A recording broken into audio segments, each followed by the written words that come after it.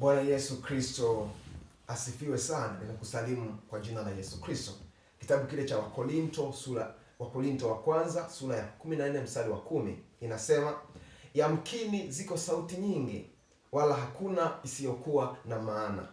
Katika ulimwengu wa roho, dunia hii ina sauti zake nyingi sana, na sisi kama watu wa Mungu tunamwamini Mungu, iko sauti ambayo hii ni sauti ya Mungu kwa ajili ya kutupeleka katika hatima zetu, kwa sababu mara nyingi dunia inashindana kukataa hatima zetu. Mara nyingi dunia iko tofauti na hatima zetu, lakini tunahitaji sauti ya Mungu ambayo ni sauti iliyobeba hatima za maisha yetu, kwa kuwa wako watu wengi ambao wameandikiwa hatima kubwa, lakini katika ulimwengu wa roho wamekutana na sauti zinazowapinga, wamekutana na sauti ambazo zinakataa, zinagoma kwamba wao hawawezi kuwa na hatima, kwa sababu kwenye ukoo wao hakuna aliyesoma, kwa sababu kwenye ukoo wao hakuna aliyefunga ndoa, kwa sababu kwenye ukoo wao hakuna waliofanikiwa, kwa sababu kwenye ukoo wao hakuna msomi. Sasa unapoanza kupiga hatua kuielekea hatima, kuna sauti zinaanza kukuzungumzisha, zinaanza kuongea kinyume chako, kwamba huwezi kuwa mtu mkuu, huwezi kufaa, wewe huwezi kuwa mtu wa maana. Nini? Kwa sababu kuna sauti zinazoshindana na hatima yako. Na ndiyo maana sasa katika chaneli yetu hii ya Sauti ya Hatima tutazungumza siri nzito za ufalme wa Mungu na siri za kiroho kuhusiana na sauti ya hatima. Watu wengi leo wanatoa kwenye changamoto kubwa, kwa sababu ziko sauti zilizoweka mizizi ndani ya maisha yao. Ndio maana ninazidi kukusihi uzidi kuwa pamoja nasi katika channel yetu hii ya Sauti ya Hatima. Still connected with Man of God, Prophet JB Innocent. Na niko na mtumishi wa Mungu hapa ambaye atazungumza kuhusiana na sauti. Karibu mtumishi wa Mungu.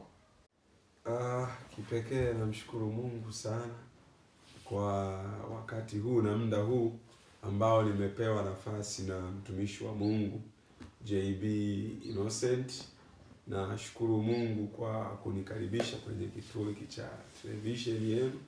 Lakini nitaka tu niseme neno moja. Unajua tunaposema sauti ya hatima, unajua wengi hawaelewi neno hatima. Yaani unaweza ukasikia tu kasema hatima, lakini hatima ni mission yako kabisa ambayo umeamuliwa na Mungu.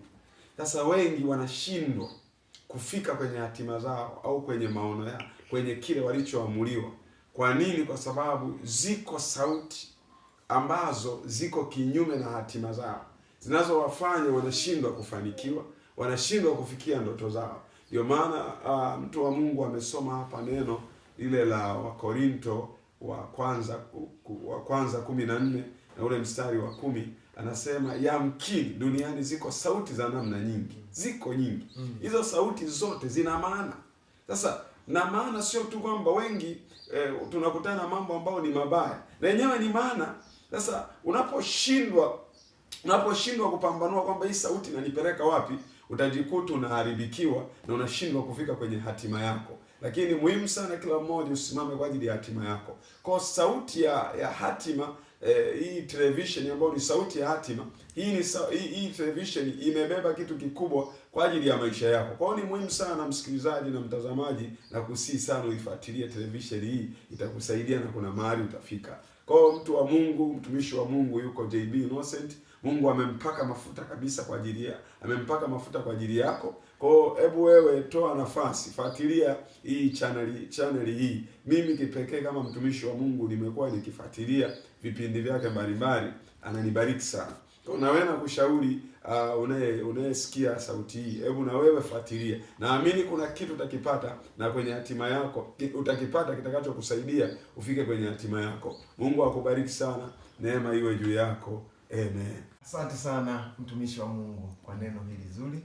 Basi watu wa Mungu, ninawaomba sasa mzidi kusubscribe kwenye akaunti yetu hii, kulike, kucomment na kushare. Sambazia ujumbe huu rafiki zako na ndugu zako, na watakushukuru, kwa kuwa Biblia inazungumza imebarikiwa miguu ipelekayo habari njema. Asante sana. Mungu awabariki sana. Amen.